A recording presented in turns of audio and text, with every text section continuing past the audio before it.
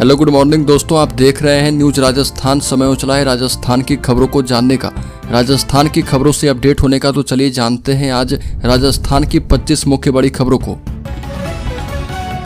सबसे पहली खबर, राजस्थान के इन शहरों के लिए खुशखबरी, बिछाई जाएगी 2 नई रेल लाइन, बनेंगे 9 नए स्टेशन। राजस्थान के लोगों के लंबे वक्त का इंतजार अब खत्म होने वाला है। साल 2024 यानी इस साल फरवरी महीने में रेलवे मंत्रालय की ओर से प्रदेश के जिले की 2 रेलवे लाइनों को आधिकारिक रूप से स्वीकृत किया गया था और ये 2 रेलवे लाइन में मेड़ता पुष्कर और मेड़ता रास लाइन का निर्माण होना है। रेलवे मंत्रालय की ओर से स्वीकृति मिलने के बाद इन रेलवे लाइनों का निर्माण के काम का रास्ता अब साफ हो गया है। अगली खबर की बात करें तो इस बार राजस्थान में पूरे साल चलेंगे चुनाव। बीजेपी और कांग्रेस के सामने कई चुनौतियां। राजस्थान में लोकसभा चुनाव की आचार संहिता हट गई है, लेकिन अगले 6 महीने के भीतर बीजेपी कांग्रेस को फिर चुनावी अग्नि परीक्षा से गुजरना होगा।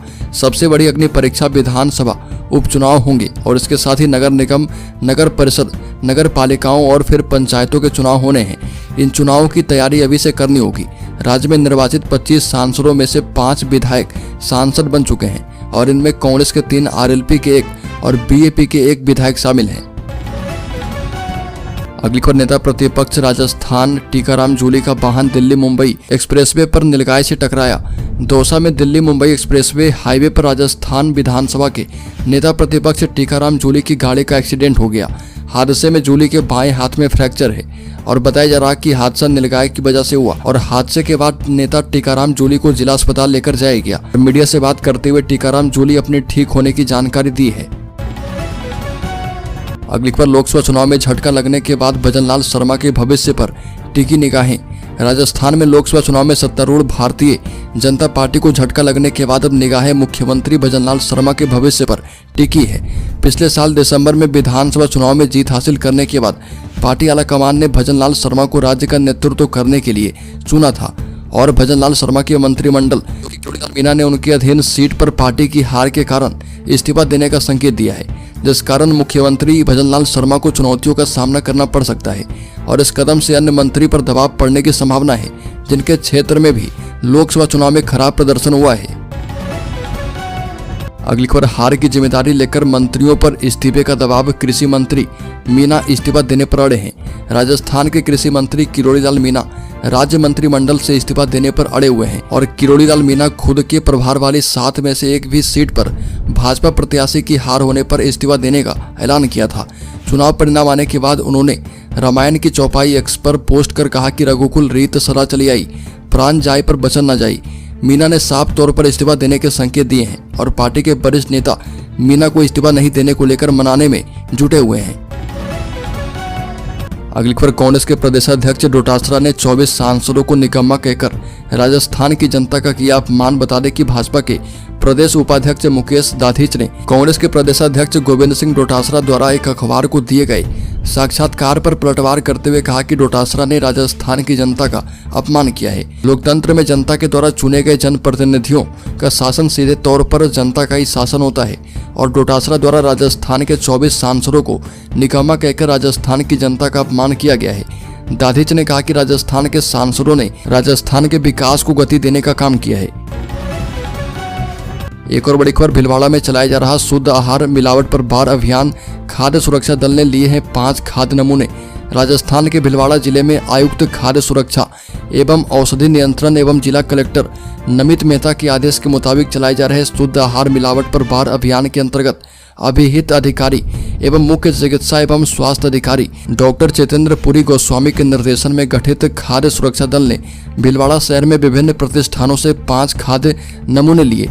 खाद्य सुरक्षा जांच दल ने मैसर्स हरे रामा हरे कृष्ण मिर्ची मंडी स्पिनिंग मिल के सामने भीलवाड़ा से लाल मिर्च का नमूना लिया है और मैसर्स 4 भुजा मिष्ठान भंडार गोल प्याऊ चौराहा से जलेबी का नमूना लिया। अगली खबर की बात करें तो राजस्थान के जिले में अब बनेगा ऊँटनी के दूध का पाउडर। ऊँटनी का दूध अब बच्चों को बनाएगा ताकतवर। ब्रांडेड कंपनियों की तर्ज पर बीकानेर स्थित राष्ट्रीय ऊँट अनुसंधान केंद्र ऊँटनी के दूध को पाउडर में बदल करके बच्चों को उपलब्ध करवाएगा। इस प्रोजेक्ट के लिए केंद्र से एक मशीन भी खरीदी गई है और निकट भविष्य में इस मशीन से दूध पाउडर का उत्पादन शुरू किया जाएगा। पाउडर बनाने के लिए ऊँटनी का दूध फिलहाल बाहर से नहीं मंगाया जाएगा और केंद्र में पाली गई ऊँटनी के दूध का ही प्रयोग किया जाएगा। पाउडर बनने के बाद बाजार में उतारने से पहले इसकी कीमत तय की जाएगी। साथ ही उन्हें कई परीक्षणों से भी गुजरना होगा। अगली खबर, राजस्थान बीजेपी संगठन में हो सकता है फेरबदल, चंद्रशेखर की वापसी की अटकलें तेज।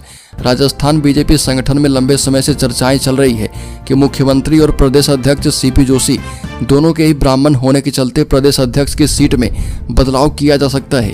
हालांकि सीपी जोशी के चुनाव जीतने के बाद यह स्पष्ट हो गया है कि उन्हें अब दिल्ली में कोई बड़ी जिम्मेदारी दी जा सकती है और इसीलिए प्रदेश अध्यक्ष का पद रिक्त हो सकता है। विधानसभा चुनाव के बाद से संगठन मंत्री का पद भी खाली पड़ा है और जिसे जल्दी भरा जा सकता है। और पिछले 6 सालों से सक्रिय संगठन मंत्री के रूप में जिम्मेदारी संभाल रहे चंद्रशेखर ने संगठन को मजबूत करने में अहम भूमिका निभाई थी। अगली को, राज्य के पूर्व उप मुख्यमंत्री सचिन पायलट ने चुनाव के नतीजों पर कहा कि यह जनादेश साफ तौर पर सत्ताधारी पार्टी के खिलाफ है। 400 पार के दावे किए गए थे, सारे दावे धाराशायी हो गए और एक क्लियर मैंडेट है। ये जनता का मैसेज है कि जिस तरह की राजनीति केंद्र ने की, बीजेपी ने अहंकार का जो रवैया अपनाया, अहम को आगे रखा, प्रतिशोध और आक्रमण का रवैया अपनाया, उसका लोगों ने विरोध किया है। बीजेपी के इस अहंकार को जनता ने अपने जनादेश से नकार दिया है। अगली खबर, राजस्थान के झुंझुनू जिले के आश्रम में 2 साधुओं की हत्या कर 100 खेत में फेंकने के मामले में पुलिस ने एक साधु और एक साध्वी को गिरफ्तार किया है। साधु एवं साध्वी ने दोनों साधुओं के सिर में ईंट मारकर हत्या की थी और फिर 100 खेत में फेंक गए थे। दोनों आरोपित नेपाल भागने की फिराक में थे, लेकिन पुलिस ने उन्हें उत्तर प्रदेश के कन्नौज में गिरफ्तार कर लिया। पुलिस ने दिल्ली झुंझुनू राष्ट्रीय राजमार्ग से करीब 130 सीसीटीवी कैमरे से सबूत जुटाए हैं और जिला पुलिस अधीक्षक राजश्री वर्मा ने बताया कि इस मामले में साधु छोटे सिंह उर्फ लखन दास एवं साध्वी अनुसुईया दास को गिरफ्तार किया गया है। अगली खबर, सहेली के कहने पर ही लूटी गई थी छात्रा की असमत। गैंगरेप से पहले आरोपियों ने किया घिनौना काम। राजस्थान के अजमेर में पिछले दिनों 11वीं कक्षा की छात्रा के साथ अश्लील फोटो से ब्लैकमेल और गैंगरेप की घटना से शहर बुरी तरह से स्तब्ध है। इस घटना और आरोपी के सामने आने के बाद शहर एक बार फिर 1992 के बहुचर्चित अश्लील फोटो ब्लैकमेल कांड की याद से सिहर उठा है। हालांकि मामला सामने आने के तुरंत बाद पुलिस ने कार्रवाई करते हुए 2 आरोपियों और एक बाल अपचारी को पकड़ लिया है और आरोपियों की जल्द गिरफ्तारी के साथ ही पूरे मामले की जांच स्पेशल इन्वेस्टिगेशन टीम से करवाने की मांग अब की जा रही है। बता दें कि 11वीं कक्षा की छात्रा की अश्लील फोटो से ब्लैकमेल और दुष्कर्म मामले में शहर की विभिन्न संगठनों ने आक्रोश जताया था। अगली खबर, 10 साल के बाद खुला कांग्रेस का खाता। शेखावटी में दिखा इंडिया ब्लॉक का दम, बीजेपी प्रत्याशियों की जीत का अंतर हुआ कम। इस आम चुनाव में शेखावटी एवं पूर्वी राजस्थान सहित कई इलाकों में महत्वपूर्ण सीटें जीतकर कांग्रेस ने दम दिखाया है और माना जा रहा है कि इन सीटों पर पार्टी उम्मीदवारों की जीत से इसके नेताओं और कार्यकर्ताओं में नई ऊर्जा का संचार होगा। और निर्वाचन आयोग ने राज्य की सभी 25 लोकसभा सीटों के परिणाम जारी किए हैं। भाजपा ने लोकसभा की 14 और कांग्रेस ने 8 सीटें जीत ली है। इंडिया के घटक दल मार्क्सवादी कम्युनिस्ट पार्टी ने सीकर और राष्ट्रीय लोकतांत्रिक पार्टी नागौर से सीट जीत ली है। अगली खबर, राज्य के शिक्षा मंत्री मदन दिलावर ने कहा कि लोकसभा चुनाव परिणाम की पार्टी समीक्षा करेगी। शिक्षा मंत्री मदन दिलावर ने कहा कि जनता का जो ऋण है वह सिरोधार्य है, लेकिन प्रदेश में भारतीय जनता पार्टी को लीड कम मिलने की पार्टी समीक्षा करने वाली है। और दिलावर ने कहा कि जनता को बधाई, कार्यकर्ताओं को बधाई, जनता का जो ऋण है वह सिरोधार्य है। प्रदेश में भारतीय जनता पार्टी को लीड कम मिलने की पार्टी समीक्षा करेगी। और ये भी कहा कि देश में सबसे ज्यादा सीटें एनडीए की है। एनडीए के नेतृत्व में सरकार बनेगी और मोदी तीसरी बार पीएम बनेंगे। अगली खबर, भाजपा को यहां पर मिली है करारी हार। बाप के राजकुमार की दोहरी जीत ने सबको चौंकाया। राजस्थान के आदिवासी बहुल इलाके में भारत आदिवासी पार्टी ने दोहरी जीत दर्ज कर सभी को चौंका दिया है। बीएपी ने आम चुनाव में बांसवाड़ा लोकसभा पर जीत दर्ज करने के साथ ही राज्य की बागीदौरा विधानसभा सीट पर हुए उपचुनाव में भी बाजी मार ली है। दोनों ही सीटें पर परिणाम घोषित कर दिए गए थे और बांसवाड़ा लोकसभा सीट पर बीएपी के राजकुमार रोत ने जीत दर्ज की है। अगली खबर की बात करें तो चाय की टपरी चलाने वाले के बेटे ने रचा इतिहास। 12वीं की परीक्षा में गाड़े झंडे। राजस्थान में हमेशा सफलता के पीछे संघर्ष की कहानी होती है। हाल ही में 12वीं कक्षा का परिणाम जारी हुआ, जिसमें एक चाय की धड़ी लगाने वाले का बेटा 94% लेकर आया। अगली खबर, राज्य के उदयपुर जिले में इस दिन से शुरू होगी अग्निवीर भर्ती रैली। राजस्थान से बड़ी संख्या में युवा लगाएंगे दौड़। भारतीय सेना में शामिल होकर देश सेवा करने का सपना देख रहे युवाओं का सपना जल्द पूरा होने वाला है। उदयपुर में अग्निवीर भर्ती रैली होने जा रही है और इसमें राजस्थान के 7,500 युवा दौड़ लगाएंगे। भर्ती रैली को सफल बनाने के लिए उदयपुर में प्रशासन और भारतीय सेना के अधिकारी के बीच बैठक हुई है और बैठक में तय किया गया है कि किस किस जगह पर कार्यक्रम आयोजित किए जाएंगे। उदयपुर में भर्ती कार्यक्रम 10 दिनों तक समायोजित किया गया है।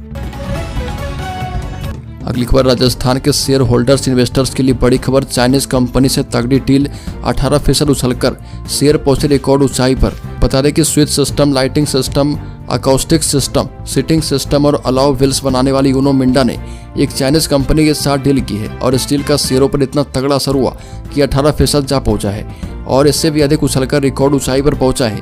यूनो मिंडा ने चीन की इनोवेंस ऑटोमेटिव के साथ एक डील की है और ये डील इलेक्ट्रिक कारों से जुड़े प्रोडक्ट्स के पोर्टफोलियो को बढ़ाने के लिए किया गया है और ये डील काफ़ी अहम है क्योंकि मैनेजमेंट के मुताबिक इससे इलेक्ट्रिक कारों से जुड़े प्रोडक्ट्स का पोर्टफोलियो बढ़ेगा